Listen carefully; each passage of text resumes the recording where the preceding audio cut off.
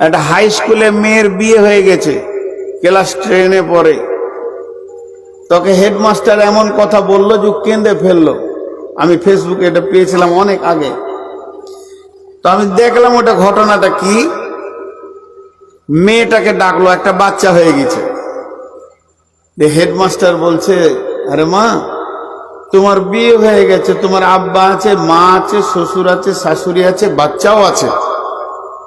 তো তুমি প্রেম জগতে এখন অনেকজনকে পেয়েছো, তো এই পেন্সিলটা লাও, একটা চক দিছে, পেন্সিলটা লাও, আর এই বোর্ডে তুমি 10 জনার নাম লিখো যাকে তুমি খুব ভালোবাসো পৃথিবীতে, সেই 10 জনের নাম পর পর লিখো।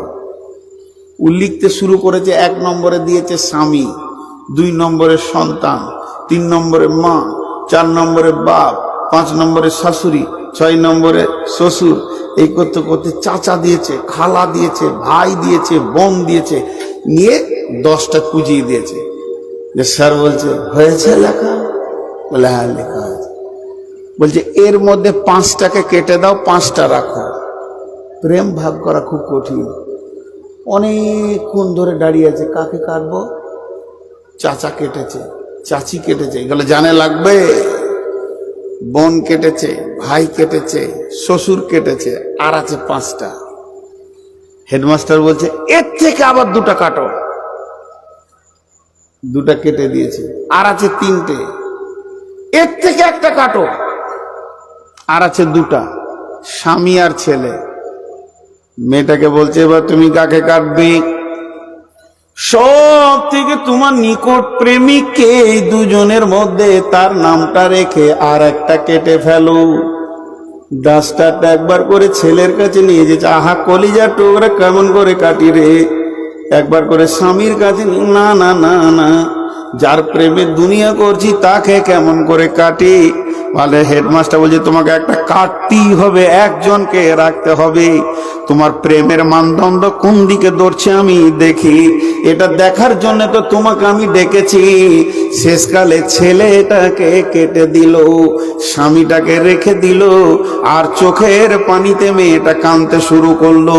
তখন হেডমাস্টার বলছে কেন তুমি ছেলে কাটলে আর স্বামীকে রাখলে?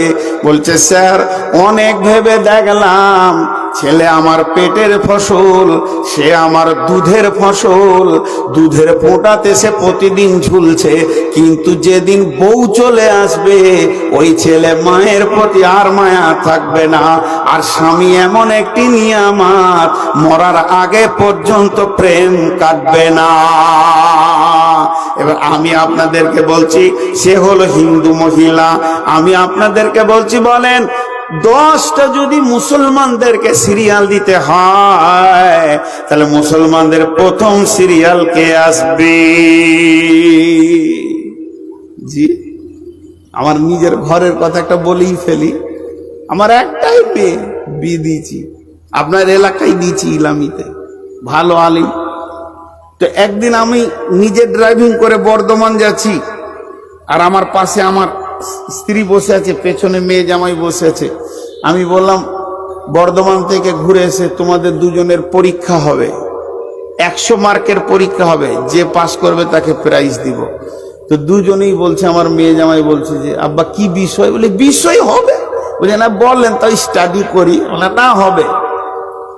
পরের দিন সকালে 2 জনকে 2টা কাগজ দিলাম আর 2টা কলম দিলাম, আমি মাঝে আছি, কেউ কারোর দেখবি না, সব থেকে মহব্বতের 10 জনের নাম লিখো। ওইটাই আমি তুলে ধরেছিলাম। ও আলাদা লিখছে, এ আলাদা লিখছে। 2 জনেই জমা করলো কাগজ। আমাকে জিজ্ঞেস করছে পাস করেছি? আমরা ফেল, 0-0। বলে কেন? প্রথমে নাম দিয়েছে আব্বা, মা, ভাই, বোন, স্ত্রী আমার জামাই। মেয়ে দিয়েছে স্বামী, মা, বাপ, শ্বশুর, শাশুড়ি, ভাই, বোন, চাচা, চাচি ইত্যাদি।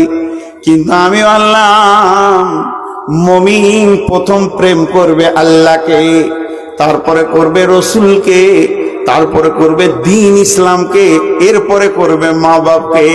মুমিনের দিলে প্রথমেই যদি আল্লাহ না থাকে, রসুল না থাকে, সে তো ফেলিওর। অতএব বন্ধুরে, পৃথিবীর বুকে যত প্রেমিক আছে সবার গায়ে হাত দেন। কোরআন বলছে, তুই ভেবে দেখ, কুল্লু মান আলাইহা ফান, সে ধ্বংস হবে। মাল ধ্বংস, ঘর ধ্বংস, জমি ধ্বংস, বিবি ধ্বংস, স্বামী ধ্বংস। কে থাকবে? শুধু থাকবে একজন, তিনি হলেন ওয়ায়াবকা ওয়াজহু রাব্বিকা যুল জালালি ওয়াল ইকরাম, তিনি হলেন আমার আল্লাহ। প্রকৃত প্রেমিককে, সব থেকে বড় প্রেমিক পৃথিবীর বুকে কে? যে আল্লাহকে প্রেম করেছে, কারণ সে কোনোদিন ফেলিওর হবে না। দুনিয়াতে আল্লাহকে পাবে, মরে কবরে আল্লাহকে পাবে, কিয়ামতের মাঠে আল্লাহকে পাবে, পুলসেরাতে আল্লাহকে পাবে। সামান্য গুনার জন্য জাহান্নাম চলে গেল, আল্লাহকে পাবে। জান্নাতে গিয়ে আল্লাহকে পাবে। সমস্ত প্রেম ধ্বংস হবে, আল্লাহর প্রেম ধ্বংস হবে না। কবি বলছে, মানব যদি হও গো মদের জ্ঞানী বিচক্ষণ, মানব যদি হও গো মদের তোমরা জ্ঞানী বিচক্ষণ, মুরজিয়া আল্লাহর প্রেমে কাটাও জীবন। ভূমিতে আসিয়া তুমি ভবের মেলায়, হেলায় কাটিও না মাতিয়া খেলায়। এ মেলায় বহু লোক আসিয়া ভূমিতে, সব চলে গেল কোথা দেখিতে দেখিতে। সংবাদ তাদের কিছু পাওয়া নাহি যায়, হায় আজ আছে তারা কি হালে কোথায়।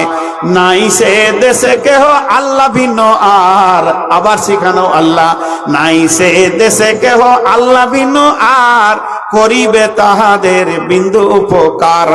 দেখিতে আসিলাম মেলা, দেখা হলো শেষ, চলো এবার ফিরে যায় আপনার দেশ। যেই দেশে ছিলাম পূর্বে, চলো সে দেশে, কি আসে রয়েছ বসে এসে পরবাসে। মাতা পিতা ভাই বন্ধু আত্মীয় স্বজন, ক্রমে সেই দেশে সব করিল গমন। তোমার গমন কাল হয়ে উপস্থিত, সম্বল সংগ্রহণ কর কর যে কিঞ্চিত। শাহ সেকেন্দার বাদশা মরিবার কালে, এই ওসিয়ত করেন ওয়ারিস সকলে। মরিলে আমার তরে শুনো বারে বার, কাফনের সাথে হাত বেঁধনা আমার। সকলেতে মিলে জুলে খাটিলিতে করে, দুই হাত ঝুলাইয়া লইয়া যাইও মরে। এই হাল দেখে মোর যত মাখলুকাত, আফসোস করিবে আর কহিবে এবার। সাত মুলুকের শাহ সেকেন্দারও ছিল, সকলে থাকিল আজ খালি হাতে গেল। চলেন 2 নম্বর আয়াতে এবার যাই। জি, কত সুন্দর লাগছে পরিবেশটা, আপনাদের খুব ভালো লাগছে। আচ্ছা, আর একবার এসেছিলাম তখন গায়ের ভিতরে জালসা হয়েছিল না? পুরা বাগান আর একবার এসেছিলাম, বেলডাঙ্গা, বেলডাঙ্গাতে এসেছি, পুরা বাগান এসেছি বলতে আসেনি।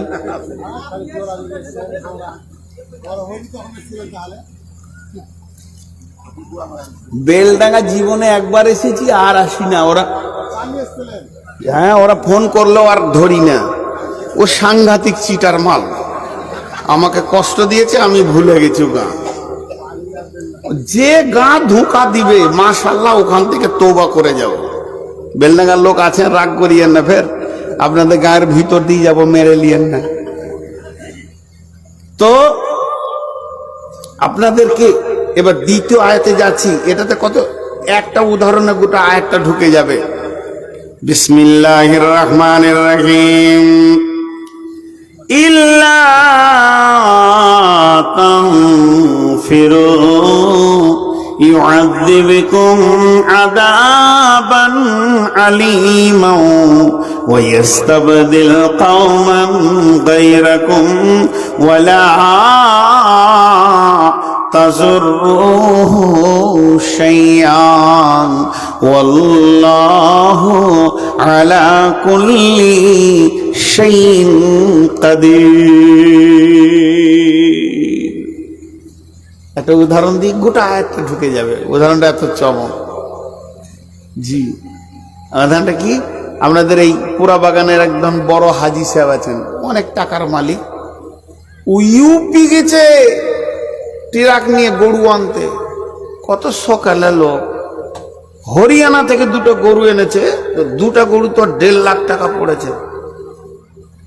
তো এলাকার আর কেউ নাই, খালি গরুই দেখতে আসছে। একদম ইলামি বেলডাঙ্গা এইদিকে আমতলা টামতলা সব বলছে আরে হাজি গরু এনেছে 1.5 লাখ টাকা খরচা করে, দেখবি তো চো। ভিড় লেগে গেছে, আর যত ভিড় লাগছে ও তত পাঞ্চা পাইছে খালি। যদি হাই সাহেবকে কেউ জিজ্ঞেস করছে কিরম কি দাম পড়লো, বললে হবে খরচা আছে, আর পুচ করে খালি পান ফেলছে। হ্যাঁ, কিন্তু দেখবেন যত বড়ই মাস্তান হোক, ও শালার কাছে কাবু, শালা শালির কাছে কাবু। অনেক লোক আমার ব্যাপারে ধারণা করে খুব রাগী মানুষ, ফোন করি না, ধমকিয়ে দেয়। রাগী লয়, কিছু ফোনের প্রসেসিংটা ভুল হয়। আজকে এইখানে ঢুকলাম তো একজন বলছে আপনি নূর মোহাম্মদ সাহেব বলছেন? বলে হ্যাঁ আমি নূর মোহাম্মদ বলছি। বলছে সেই বক্তা নূর মোহাম্মদ? বলে হ্যাঁ। তাহলে আপনি সেই মৌলানা নূর মোহাম্মদ বলছেন, এবার কি বলবো বলেন তো? আমি বলছি, এবার আমি মুখস্থ বলতে শুরু করলাম, হ্যাঁ আমি মৌলানা নূর মোহাম্মদ বর্ধমানি বলছি, আমার নাম নূর মোহাম্মদ, আমার বাপের নাম ইরফান, তার বাপের নাম ছিল নূর মোহাম্মদ, তার বাপের নাম আব্দুল ওয়াহাব, আধার কার্ডটা পাঠিয়ে দেবো। এবার ও বলবে কত রাগী লোক, এত ঘন ঘন জিজ্ঞেস করা কি দরকার আছে? জি, আবার একটা লোক বেলা 10টায় আমার একটু ঘুমাতে হয়, এই টাইমগুলোতে 8টার সময় ফোন ঢুকিয়ে দিয়েছে, ফোনটা খোলা ছিল। সালাম আলাইকুম। ও মৌলী সাহেব ঘুমাচ্ছেন না? আচ্ছা ঘুমান, কেটে দিলে। আচ্ছা তুই যখন জেগেই গেছি তো কথা বলে নে, আবার তুই যদি জানলি তো ধরালি কেন? কেমন কুবুদ্ধি দেখেন। বলছে ও ঘুমান ঘুমান ঘুমান, কেটে দিলে। এই যে বিরক্তিকর বিষয়। তো যাই হোক, তো হাজি সাহেব যে যত বড় মাস্তান হোক, যেমন আমি আমার শালার কাছে কাবু, ওকে যতই ধুমকাই ও কথা বলবে। ওকে যদি বলে তো মারবো থাপড়ে, মারো না তো, তুমি কত করে কি ভাবছো, খালি লেকচার মারছো, তোমাকে কেউ মানবে নাকি? এরকম ধরনের কথা বলে, তো কাবু থাকে। হাজি সাহেবের শালা চলে এসছে গরু দেখতে, বলছে দুলা ভাই গরু কত কি বললো? ওই যাবে বকিস না, তোর থেকে আমার গরুর দাম বেশি। শালা বোনাইয়ের ব্যাপার। শালা বলছে দামি গরু কিনেছো বলি বাড়ির কাজ ছেড়ে এসেছি, এবার গরুটা গাড়িতে দাও, গরুর ওপরে চড়বো, গাড়ি চড়বো। তো বলি তুই গাড়ি চড়বি? বলে হ্যাঁ। হাজি সাহেব বলছে এই গাড়ি লাইতে রে, আর গরু দুটা দে। গাড়ি এনে যে জোয়ালটা গরুর কাঁধে দিয়েছে, 2টা গরু শুয়ে পড়লো, লম্বা শুয়ে পড়লো। আবার ওকে নামানো হলো, জোয়ালকে আবার দেওয়া হলো, আবার শুয়ে পড়লো। পরপর 3বার যখন শুয়ে পড়লো, হাজি সাহেব পান খাওয়া বাদ দিয়ে বাড়ি ঢুকে গেছে, আর বাইরেও নাই। ওর শালা ডাকছে দুলা ভাই বাইরে আসো না জি। বলছে বকিস না, যা করছিস কর গা। গরু বলতে চাইছে যে আমাকে দেখবি যত দেখেলে, কাজে আমি নেই। এটা হলো গরুর কথা।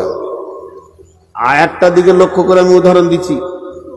হাজি সাহেব বড় আল্লাহওয়ালা মানুষ, এশার নামাজ পড়ে মন ভারী করে বসে আছে।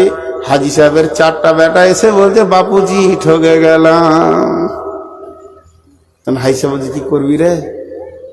বড় বেটা বলছে ধুলে এনে হাটে তুলে দেন, দাম পেয়ে যাবেন। দেখুন দাঁড়িয়ে আছে, দাম পেয়ে যাবেন।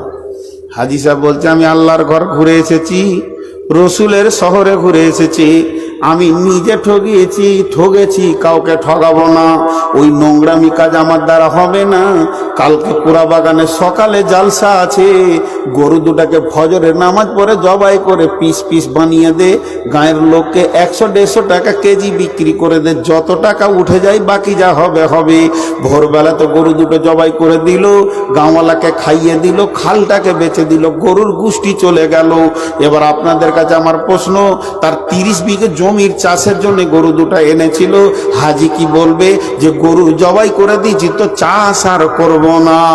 এ কথা বলবে না, বরং অন্য গরু দিয়ে চাষের কাজ চালিয়ে নেবে।